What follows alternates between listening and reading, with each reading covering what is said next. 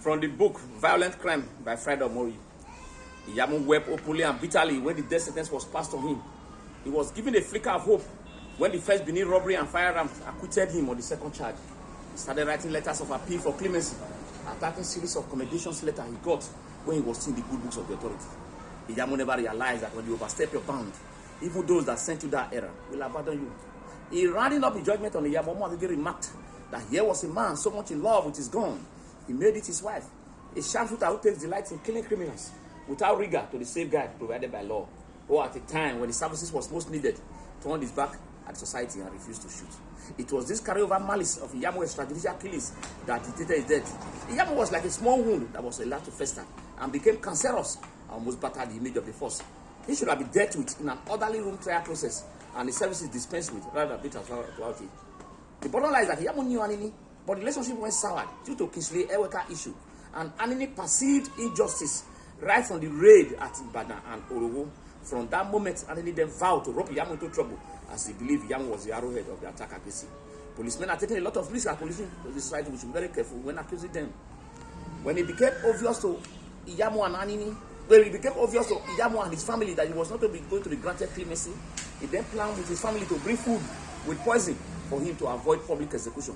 When his 16-year-old daughter brought the food to Adesuwa Division, now the headquarters of the newly established Zone 5, the police guard on duty asked her to taste the food. She refused.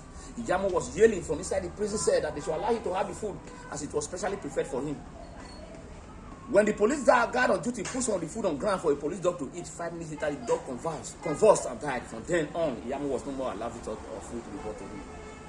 On the eve of 13th February 1967, Bende Broadcasting Service, Radio Bende, started broadcasting the confirmation of the death sentences of Iyamu and 9 others. The others were Friday Ukoma alias Ufege, Solomon Osefeka alias Apakon, Benadobi, Moses Idaos alias Moli, Philippe Webeloa also known as Moli, John Bulahunwa alias JB, Monday and Sivanis Anoyago.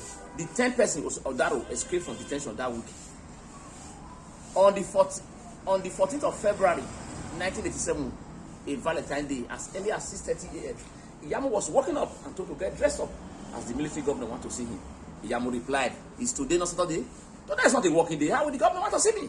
He got dressed up in his French safari suit and black shoes and was taking a Land Rover in hand chase. Though execution by firing squad was always at Amin Barracks at Bubahi, the multitude of people going towards Ekewan Road plus the red flag at Asorohi Junction soon made him to realize the end has come. Iyamu and 8 others were the first set of armed robbers to be executed at Ekewan Road. The last set of people to be executed at Bubahi included David Ukwegbe.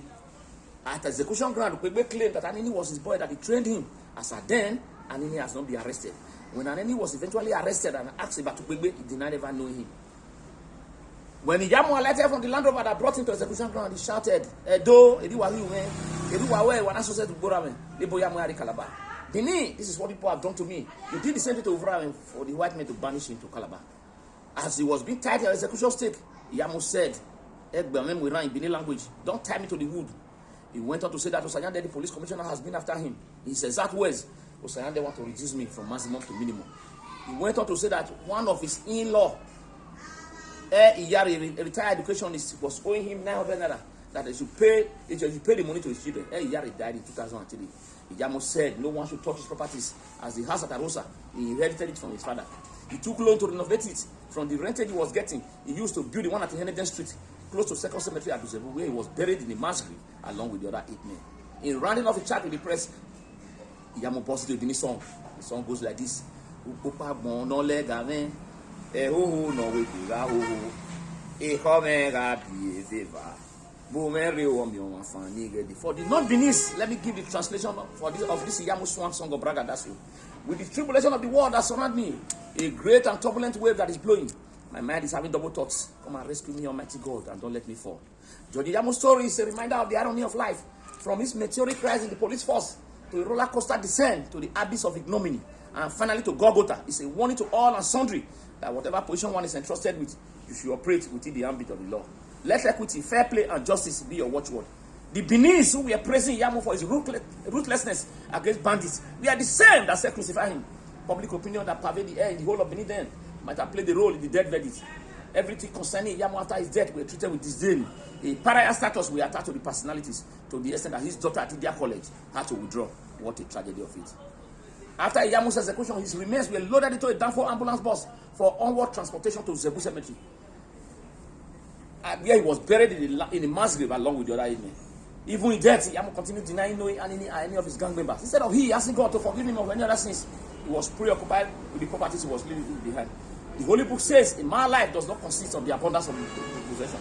One remarkable event that happened that day after execution was the heavy downpour, accompanied by a heavy turbulent wind.